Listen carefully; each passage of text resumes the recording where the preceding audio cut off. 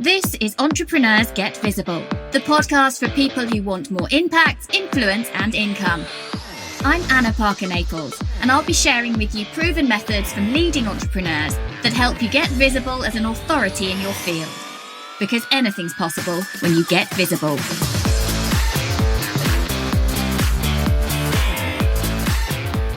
So on today's episode of Entrepreneurs Get Visible, I am joined by Danny Young. And Danny really has, over the last few years, honed his expertise in how entrepreneurs can use digital marketing to improve their business. So welcome to the show, Danny. Thanks for coming. Hi, Anna. Thanks for having me. It's great to be here. So Danny, talk us a little bit through what your journey has been towards becoming an entrepreneur in this online space. Yeah, great. So I had previously, before I was in this sort of entrepreneurial world, enjoyed a pretty successful career, depending on which sales director you spoke to, I guess, in corporate sales and marketing, specifically in the IT sector. So started out in that around 18 or 19, I think. I did it right up until 2013. And yeah, I had some really successful times there. I enjoyed my work, but as with a lot of kind of jobs, as it were, I found myself spending a lot more time there than I was at home. And what happened in 2010 or 2009 when my wife said that our first son was on his way, I kind of realised that I probably wasn't going to be sticking around for that much longer. It took me a lot longer than I thought to get out of that, but that's just because I didn't know what else I could do because it was ingrained in me. But after a couple of years, I just took a leap of faith and decided that I had to leave. So I negotiated my exit and decided to do some stuff for myself. And I tried a few different things. Some of them worked and some of them really, really didn't work. But that's, as we all know now. That's part of being an entrepreneur, I think. Yeah, 7 years in. I can't believe it's 7 years, but that's gone really quickly. But yeah, I love that meme that goes around where it talks about some people think that the entrepreneur's journey is a straight line and it's not, it's a squiggle that goes everywhere. And yeah, it's definitely been like that. What I started to quickly realise is that if I was going to make something of myself, then I needed to be able to offer something of value to others. So it's just a case of working out, well, what is it that I want to offer and who do I want to offer it to? And I started to do some work on that. And because I had this kind of strong background in sales and marketing, I thought, well, let's see what I can do to bring that to the online world. And I started to mess around with social media marketing for a bit and enjoyed that. And I was doing a lot of this for myself and then for a few other kind of local clients. And then I guess where it all started to change for me was when I started to get myself involved in Facebook ads, and I took a couple of courses and started to run some ads for myself and for clients and started to get some really good results. And then from there, my journey's just kind of continued along this sort of path of wanting to continuously learn and then continuously be able to bring more to the table for the people that I was working with. So it started out as me being, I guess, a social media marketer stroke ads manager. But then I really started to learn more about, well, what happens after the ad? And it was, I was finding myself drawn into the world of funnels, which is basically an online customer journey for those that aren't familiar with the terminology. So it's what people do once they see an ad, where do they go and what needs to happen for them to turn from somebody that doesn't know you, if you're the person running the ads, to a client. Because there can be so many parts in that can go wrong, that cannot convert, that can put people off. And so it is an art form in itself, really. Yeah, I don't really think of myself as an artist, but maybe I should. But absolutely, there are so many ways that it can fall down. And one of the big things that I've learned over the years is how to interpret different data points, which just means that if you look at this, I'll call it an online customer journey because I think people can relate to that a bit more. But it's at certain points of that journey, there will be benchmarks that you want to hit. And if you're hitting or exceeding those benchmarks, thumbs up, you're in a good place. But if you're not, then that is crying out and saying, I need some attention, something needs to be fixed. So I started to look more about the funnels or the online customer journey. I started to look more at launches specifically because I'd found myself gravitating towards working with coaches. And at first, I couldn't quite understand why that was. I thought it was maybe because the opportunities were coming to me. But then as I thought about it more, what I realised is that I really like working with positive people because positive people are nice to work with. They're just nice to be around. They're much nicer to work with the negative ones, aren't they? Let's face it. Absolutely. And I have, in my time, worked with a few negative people, I'll be honest. We all have. But what I found is that I was starting to get, when I got results for coaches and I sat back and thought about, well, what does that actually mean? I guess the way I translated it was that if they're doing good in the world and helping other people, if I can kind of sit in the background setting up systems for them that are allowing them to do that more quickly, or more efficiently, then it's that kind of ripple effect. I just felt good about it. It was just a good place to be. And as I said, I really enjoy working with those kinds of people. So I started to look more into launches. A couple of years ago, really started to play around with messenger bots as well. And I've had some incredible success with messenger bots. And, where does that leave me now? It's kind of like, as a guy that runs his own digital marketing agency with a virtual team of people, who leads quite strongly on strategy, digital marketing strategy, to help people to really understand, why they're going to do something, how they're going to measure success, who their audience is, and all of that kind of stuff. And then building out these online customer journeys, as I keep referring to them to, so that they can get results, and just looking at what different kinds of technology are required at different points. And I just find it really interesting. And what was interesting as we came on here is that before we started talking, Danny was explaining he's about to, he's going through a rebrand himself. He's got a new website coming out, new lead magnets. How important do you think it is to do that as an entrepreneur periodically? I think for me, it's slightly different and I think it's really important. To answer your question firstly, I think it's really important to keep revisiting your brand. And for some people, they will just land on a brand, to pardon the pun, as it were. Mm-hmm. But, they'll kind of land on a brand. It will fall into place for them, and they'll just be able to run with that forever. And I know some really, really good brand kind of coaches, branding experts, amazing at what they do, that can help people with that kind of stuff. But, and I think it's important to check in every now and again and just make sure that, you're able to serve people the way that you want to serve, and that also that what you're doing is serving you. It's got to work in both directions, so that you've got satisfaction and balance, and all of those things are really, really important. But for me, I think because I've been on this continual journey of development and education and on offering services, I probably got a little bit lost in all of that and thought, well, hang on a minute, what is it that I'm actually, what message should I be putting out there? Yeah. A lot of my work comes through on referral, just because, do a good job for somebody, they'll tell other people about how good you are, which is great. I love that. But then I thought, well, hang on a minute, I probably need to think about the message I'm putting out there. So that's exactly why as you mentioned, the website, interestingly, since it's taken a long time to get my website finished. And since I first spoke to somebody about changing my website, I've rebranded, and now I'm rebranding again. But this time it's for good. It's for keeps. I know I'm working with somebody that's going to really help me with that. But yeah, you do need to check in. That's interesting that you talk about that, because when whatever it is people see, that's the first part of the automation. Because if it doesn't look right in the first place, people aren't going to sign up for whatever that comes next, for the freebie. They're not going to be compelled to look at the ad. There's so much that sits behind it. So for someone then who is just getting started with building out a funnel for the first time, or just getting their head around the concept, what should they look out for? What are the pitfalls? I think the biggest pitfalls that people are going to come across are when they haven't done enough work on their strategy. That's what I've learned over the years, is that and there are lots of examples that are going to spring to mind as I'm speaking through this, but lots of coaches, because I work with coaches, lots of coaches will come to me, and a recurring theme from the conversations that we have is, well, look, I've got this funnel that I've set up myself. So again, they've kind of thought about a lead magnet, and they've got this, they think that they set up the ultimate way to sell their products and services, but they really haven't thought through what the strategy for what they're trying to achieve is. They've just kind of thought, well, I need to build this and then people are going to come to me. And that's not the way that it works online.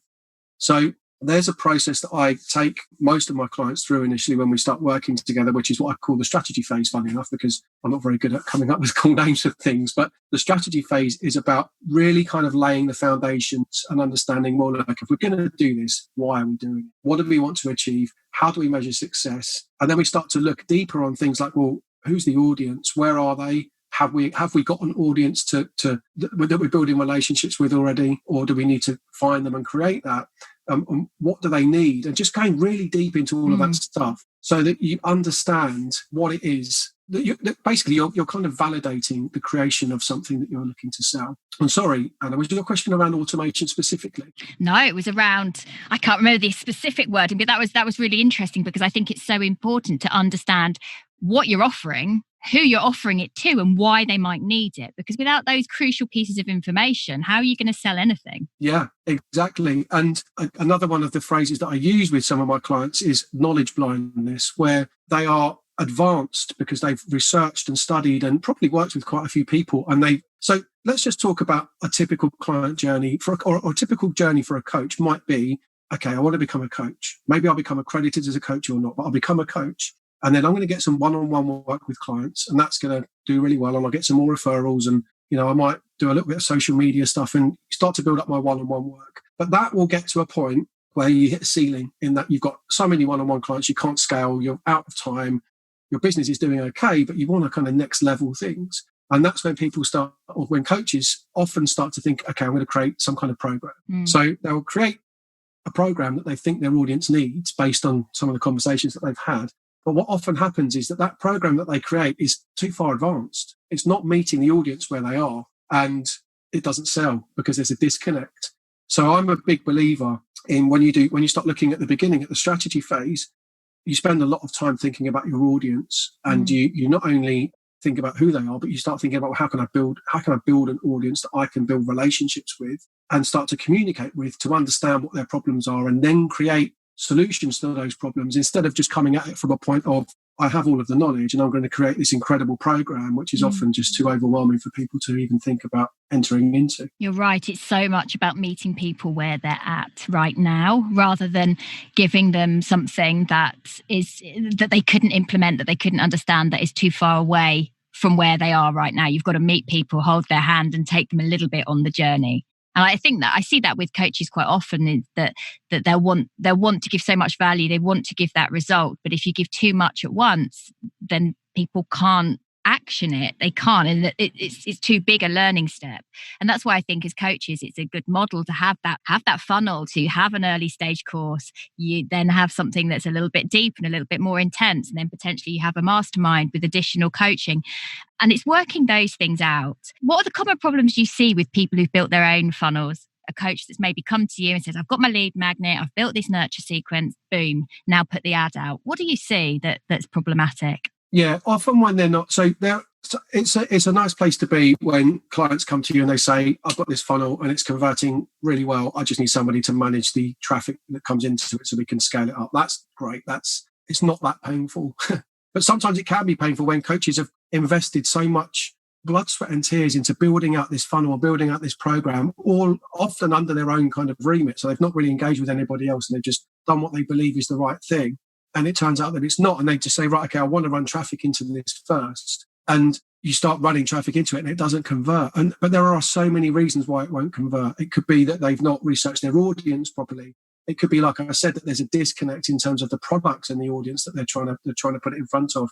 But when people work with me, if there is an existing funnel in place, then we will audit that and we will look at, from a kind of a structural or technical viewpoint, we'll look at it and say, well, look, does this look like it's going to stand up? Are all of the right pieces in the right place at the right time? And we'll assess that for a client. But I think more often than not, the challenges that surface most quickly are those where they don't understand their audience or how to find their audience on Facebook initially. So that's when we kind of pull it back and go, look, let's do a bit more strategic work on audience research and also thinking about things like how we build connections with that audience. So working on personas and language and pulling out pain points and all of that kind of stuff so that we can build connections with people through Facebook ads and copy, so that they can start to see the end user, the person that we're trying to target with the ads, can start to see why they would want to come into that person's world. And when this works, when someone's got their funnel and their automation right, what happens then? What's the opportunity here? Well, it's probably worth popping and having a little glass of champagne, because it takes a lot of work sometimes to get there. So, whether people work with me or do the stuff on their own, when you get to that point, it's always a nice time to say, hey, we've got something working here. So, what we look at is the different data points and make sure that they're hitting the goals that we've set for each of those different data points. So are the ads converting at the right volume? Is the sales page, etc.? And we'll go through and make sure that it's all working. Then you're looking at scaling. So you'd be then thinking about, okay, this is now working as we'd expect it to. How can we improve it? Well, optimizing and scaling, I guess. So optimizing is improving. So we don't just want to hit the benchmarks, but we want to get above the benchmarks and look for opportunities to improve. Because every little tweak that you have in each part of the funnel, if you can knock something up by 1%, it increases the results at the back end exponentially. So we look for ways to optimize, and then we'll look for ways to scale. And sometimes we'll do both at the same time. But it's a great place to be when you've landed on, because there are so many different parts of that online customer journey that need to be aligned. the audience needs to be right, the ad needs to be hitting the point, the lead magnet needs to convert, the funnel itself that you're putting people into needs to be doing its job. There's so many different moving parts, which, if you talk to lots of different people that are Facebook ads managers, quite a lot will, you can run Facebook ads for a number of different things. Let's say it's local lead generation, so brick and mortar businesses, or you might have e-commerce specialists, or you might have people like me that specialize in the coaching world. The coaching world's probably the one that's the most difficult to get right, especially if you're working from a blank sheet of paper, because of all of those different moving parts. If you're running an e-commerce type model, then it's really just getting traffic to online pages, and it's a different world. It's not one that I have a lot of experience in, and I'm not saying that's easy at all. It's not. It's just that I know from speaking in the communities that I'm in that coaching is the one where people go, oh, that's a tough one. I spent hundreds, if not thousands, on Facebook ads trying to wing it myself before I worked with somebody else. And one of the crucial things that I missed, I just didn't have in my awareness, is that I would wait to put my ad out for when I had a product to sell. And then I'd effectively be going out into cold audiences. So, of course, those ads didn't convert. And understanding that actually, strategically, the ads in many ways are about building that audience. They're about people that you can then retarget. That, for me, was a game changer. So one of the things that I've come across with your work, Danny, is that you're working quite a lot on messenger bots. How much do you see them becoming a real core part of building online business? I love that question because I love messenger bots. They're becoming bigger and bigger for me. They've been around for about, 3-ish years. I'm not very good with time, especially at the moment, because there is no concept of time with this COVID situation that we're in. But I really, really, really love bots. There are a few reasons why I really love them. Lots of traditional online funnels will use email as the kind of continual messaging medium with prospects. So you'll have people that will opt in for your lead magnet, and then once they've got that lead magnet, they'll be in an email nurturing sequence, and they'll receive a series of emails over a few days. And then ideally you'll continue to email those people over time and build relationships with them, which is great. But because email open rates across industry average are probably between 17 and 22%, let's just say 20 for ease of calculation, that means that for every 100 leads you generate, 80 people are not going to open your emails, which is a crying shame. So it means that you've got to, you need to build a very, very big email list in order to get the kind of volume of people who are looking at your content.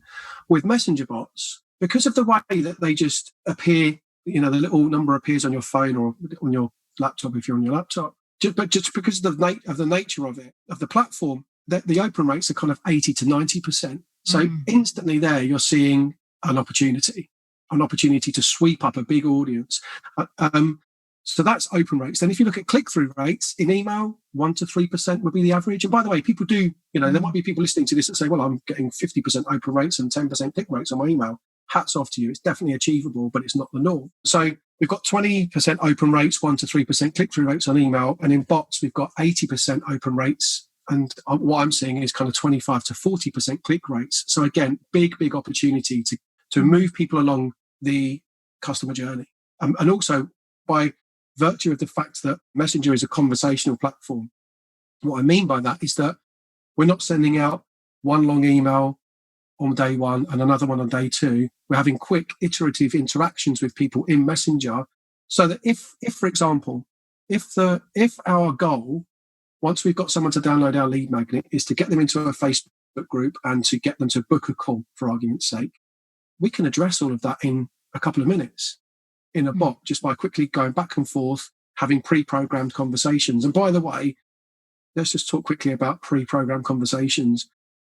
When I first started to play around with bots, messenger bots specifically, I used to think that you had to try and convince the person at the other end that it was a real person they were speaking to, because I didn't know any different. And that was a mistake, because people can very, very quickly unravel that. So, the way that we do it is give the bot a personality, announce that you're a bot, or that it's a bot, when people first join up, sign up for it, and just make it interactive and fun and personable and enjoyable. And they just work really well. I mean, I had some incredible results on a couple of launches that I've worked on this year.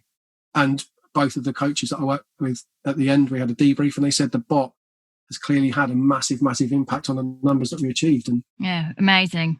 So for someone then who's wanting to get started with automation, where should they start, Danny? What do they need to know?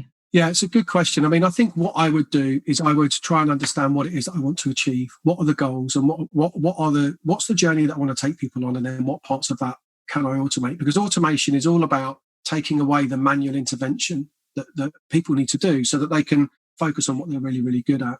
So it might be that you want to use Facebook ads to start automating traffic, or it might be that you're, wanting to set up email autoresponder sequences. But it all comes back to really starting with, well, what do I want to achieve, and what are my goals, and then what systems can I put in place to help me to do that and free up my time to focus on what I'm really good at. Yeah, it's really, really useful. And I think knowing, as a coach myself, knowing that there are people who actually like working with us, because at the end of the day, I talk a lot about with my work with podcast coaching, that ripple effect, the fact that actually if I get someone else to do something well, then I know that I can make a difference. And I think that gives a really nice meaning to being able to put in place automation, which feels, I guess, quite clinical and quite hands-off. So it's really nice to hear about it from that perspective.